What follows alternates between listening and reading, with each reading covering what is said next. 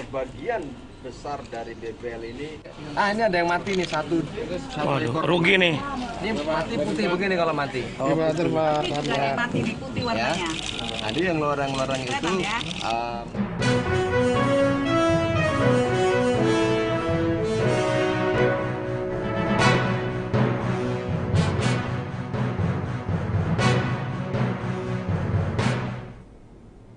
Halo Tribuners, jumpa lagi bersama dengan saya Fenty Novianti dalam tayangan Breaking News di Tribun Lampung.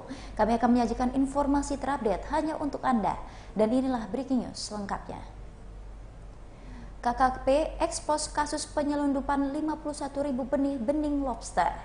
Kementerian Kelautan dan Perikanan atau KKP akan menggelar ekspos kasus upaya penyelundupan ribuan benih lobster atau BBL yang berhasil digagalkan oleh pihaknya.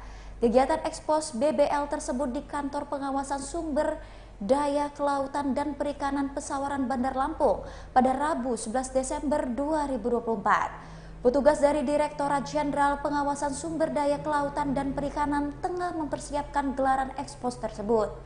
Adapun BBL tersebut yakni berjumlah sekitar 51.000 BBL dengan nilai mencapai 7,8 miliar rupiah. Direncanakan Dirjen PSDKP KKP Dr. Pung Nugroho Saksono akan langsung memimpin pelaksanaan ekspos. Turut hadir yakni dari Dinas Kelautan Perikanan Lampung. Sebagian besar dari BBL ini. Ini ada yang mati nih satu ekor. Rugi nih. Ini mati putih begini kalau mati. Gimana Pak? Yang mati di putih warnanya. Ada yang lorang-lorang itu mutiara. Mutiara. Juga mati. Ya.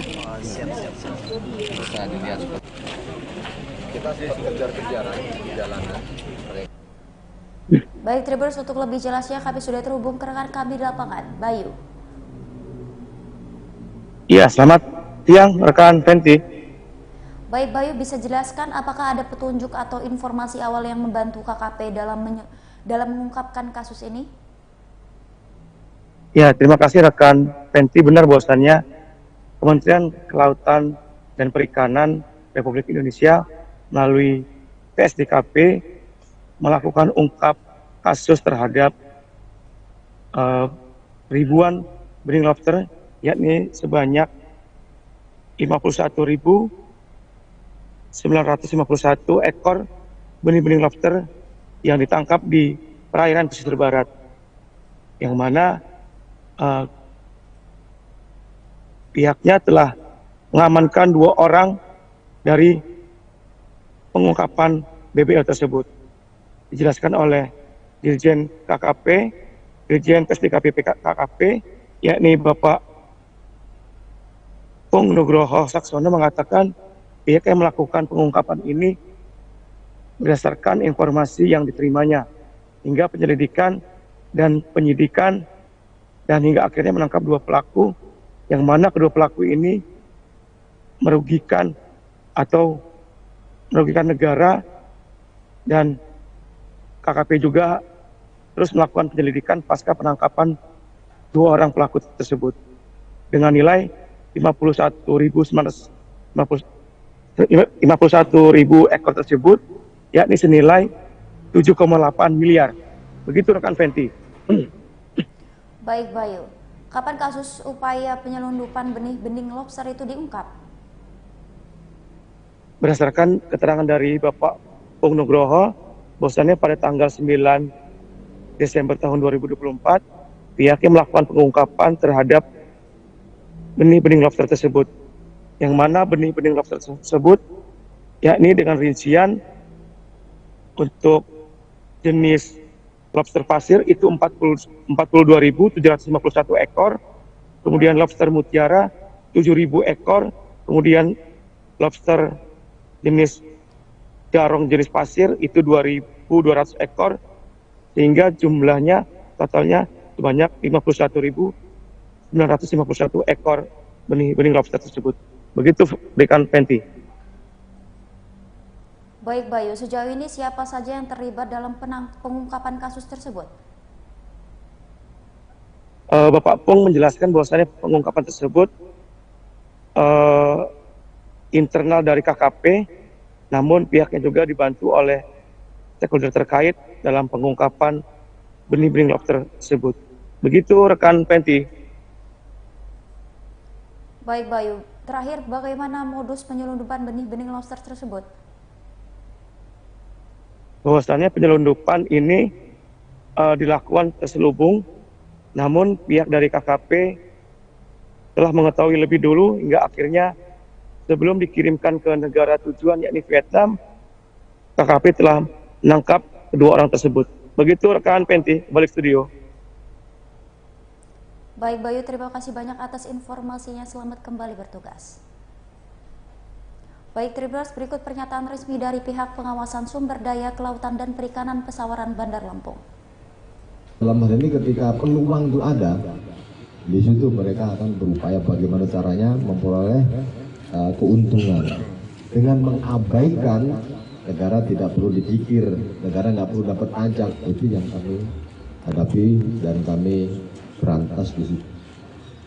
Negara harus dapat, makanya kami pastikan kami hadir di wilayah-wilayah yang memang menjadi potensi sumber daya kelautan perikanan. Ya, negara destinasi mana Pak yang paling besar Pak dari Vietnam?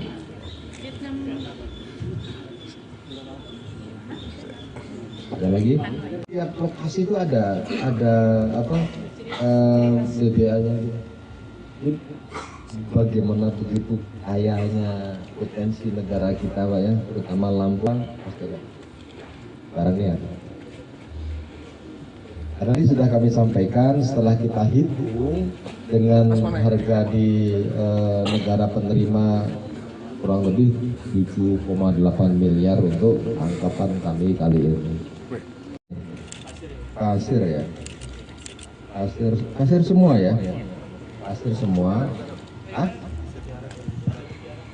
Ada mutiaranya juga, ada pasnya ini dia selaku kurir, tapi kan kami kembangkan, ya jangan khawatir.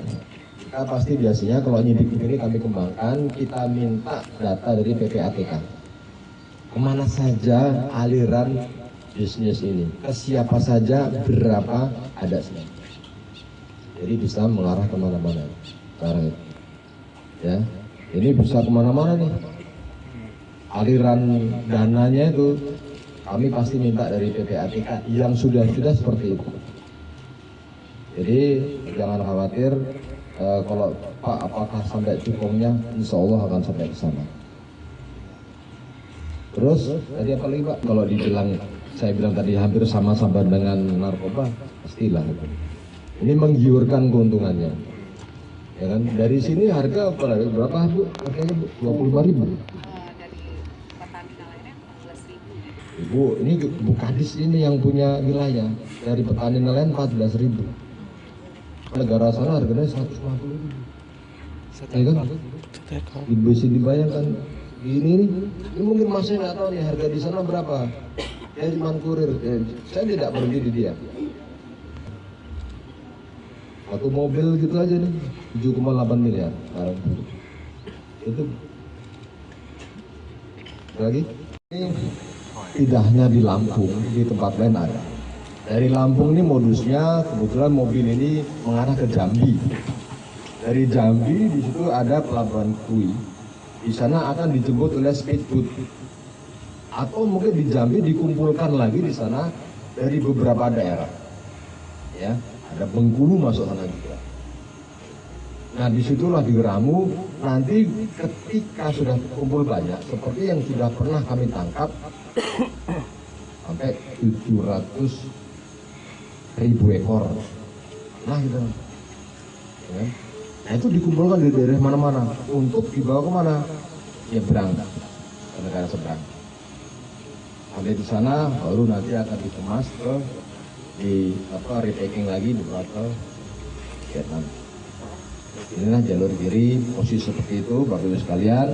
Kami sampaikan, kami AKP dalam ini melakukan tindakan terukur di lapangan dengan anggota kami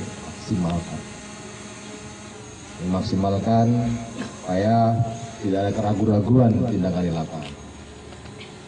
Jadi saya berpesan kepada pelaku sayap kiri yang belum tertangkap sebaiknya mulai sadar bahwa kami aparat semuanya, baik dari KKP, Unit DKP, dari Bea Cukai, Angkatan Laut, BIN sekalipun, kemudian dari polisi, Bakamla, kita lakukan operasi ini tidak ada hentinya.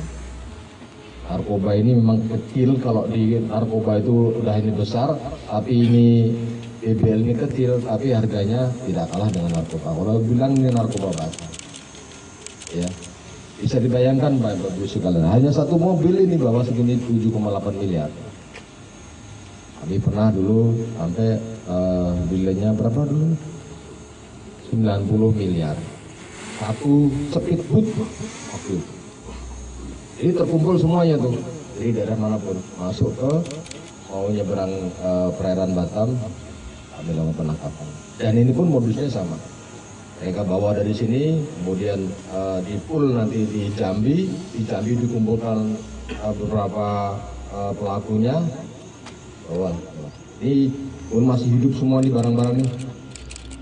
Nanti akan kita lepas liarkan supaya barang-barang ini bisa kembali ke habitatnya, kita tidak kehilangan mata rantainya.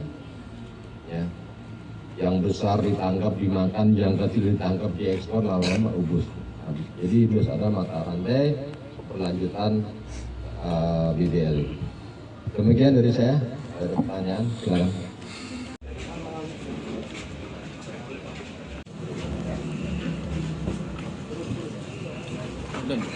Fokus ini.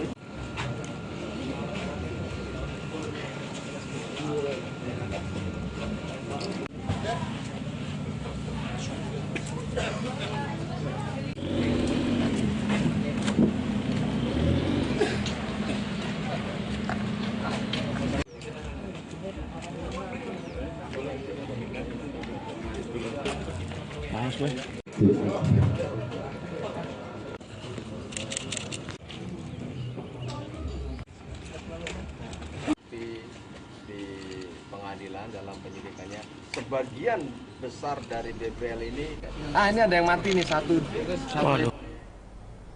Baik, Tribuners, mungkin itu saja breaking news bersama dengan saya Fenty Novianti. Nantikan informasi terupdate lainnya hanya di YouTube Tribun Lampung News Video dan aplikasi Tribun X. Terima kasih dan sampai jumpa.